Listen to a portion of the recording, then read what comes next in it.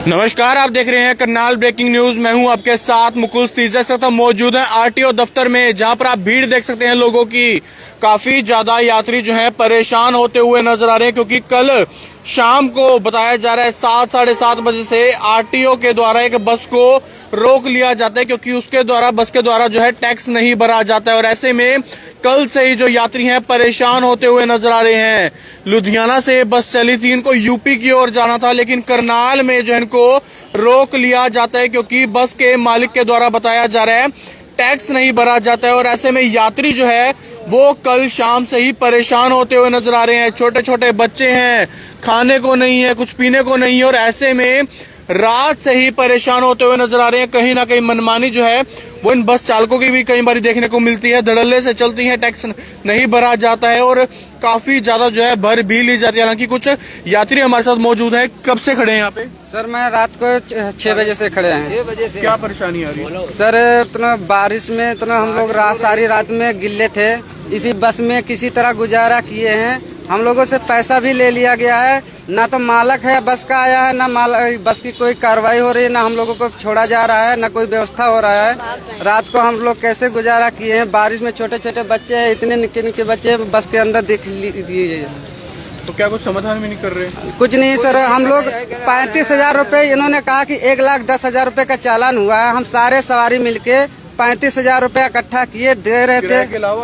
हाँ जी, किराए के अलावा हम लोग 35,000 रुपए इकट्ठा किए, 2 बार पैसा इकट्ठा किए।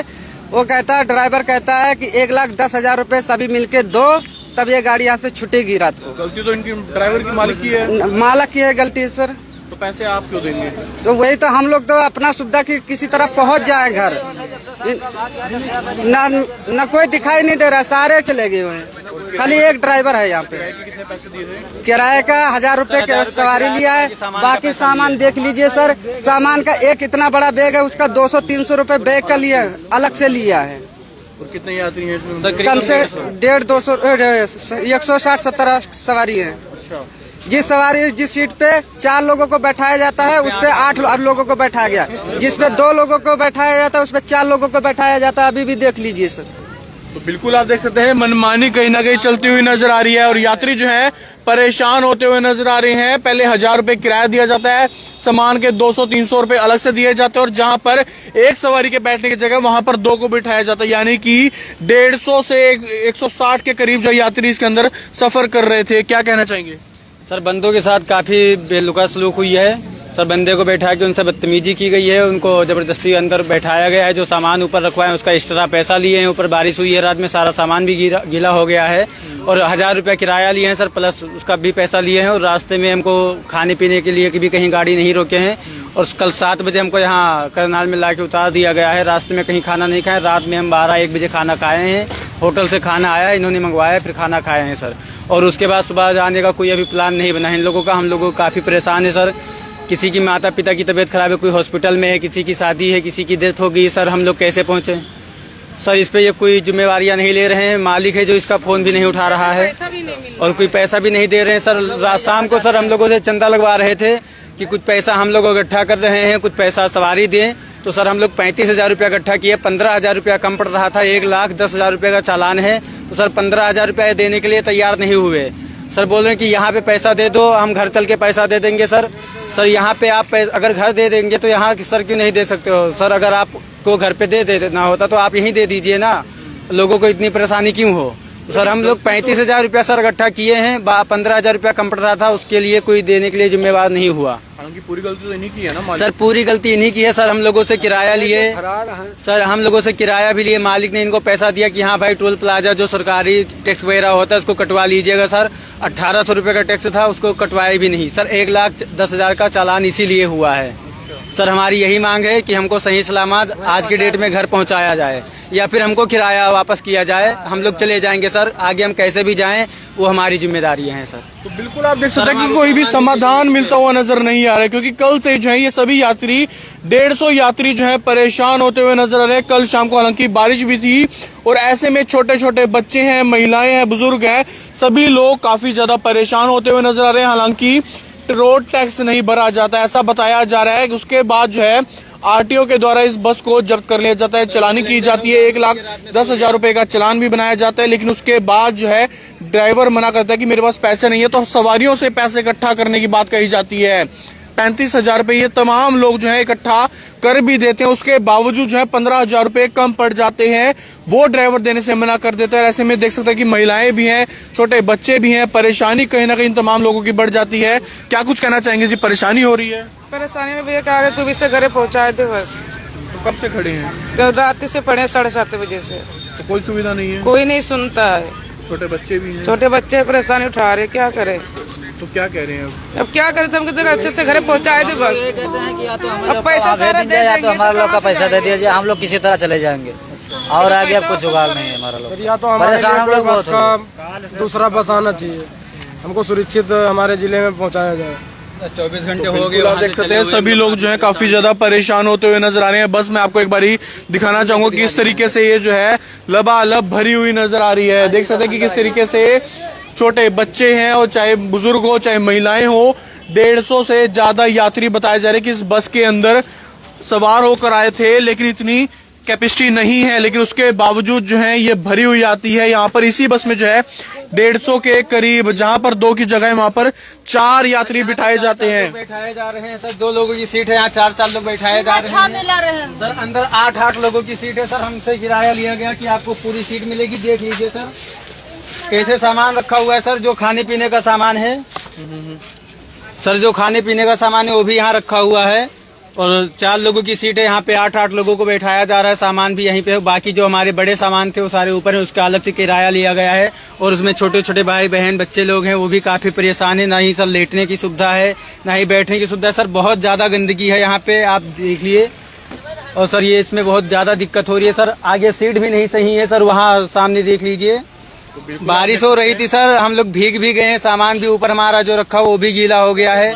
खिड़की से भी बारिश हो रही थी सर, उसका कोई जिनको जिम्मेदारी नहीं लिया गया सर। और कल शाम से हम लोग भूखे हैं, एक हिसाब से देख लीजिए। तो सारे छोटे छोटे बच्चे हैं सर, किसी के पास पैसा है, किसी के पास पैसा नहीं है। तो सर एक हिसाब से सबको पहुंचना चाहिए। और हमारी सरकार से यही विनती है कि हमको दूसरी गाड़ी दे या फिर इनसे किराया हमारा वापस कराएं, तो हम कैसे भी करके पहुंच जाएंगे घर।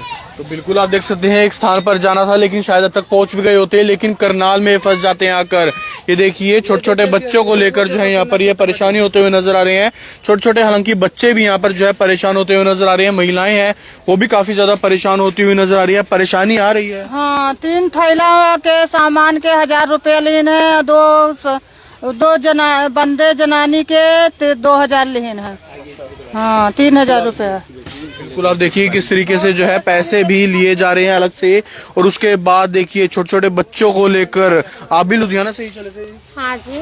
तो परेशानी हो रही है? परेशानी बहुत हो रही, कल 8 बजे से परेशानी हो रहे हैं, हम लोग बहुत परेशान हो रहे हैं। छोटे बच्चे भी? छोटे छोटे बच्चे, मेरे बच्चे ही हैं। तो कोई बहुत दिक्कत है। दिक्कत क्या, अब रात भर बैठना पड़ा है, ऐसे ही बहुत दिक्कत हो रही है हम लोग को। क्या करें, बहुत कोई पैसे भी बताओ मांग रहे हैं, पैसे भी तो फिर भी नहीं। पैसे भी मांग रहे हैं, मतलब कि सब लोग पैसे दो, फिर जहाँ रुकोगे वहाँ पे पैसे दे देंगे, आपके वापस कर देंगे। पैसे भी कल मांग रहे थे, तो क्या मनमानी कर रहे हैं? फिर सब लोग पैसे दिए तो 12,600 रुपए हुए थे, फिर सबके वापस कर दिए। हाँ, फिर वापस कर दिए।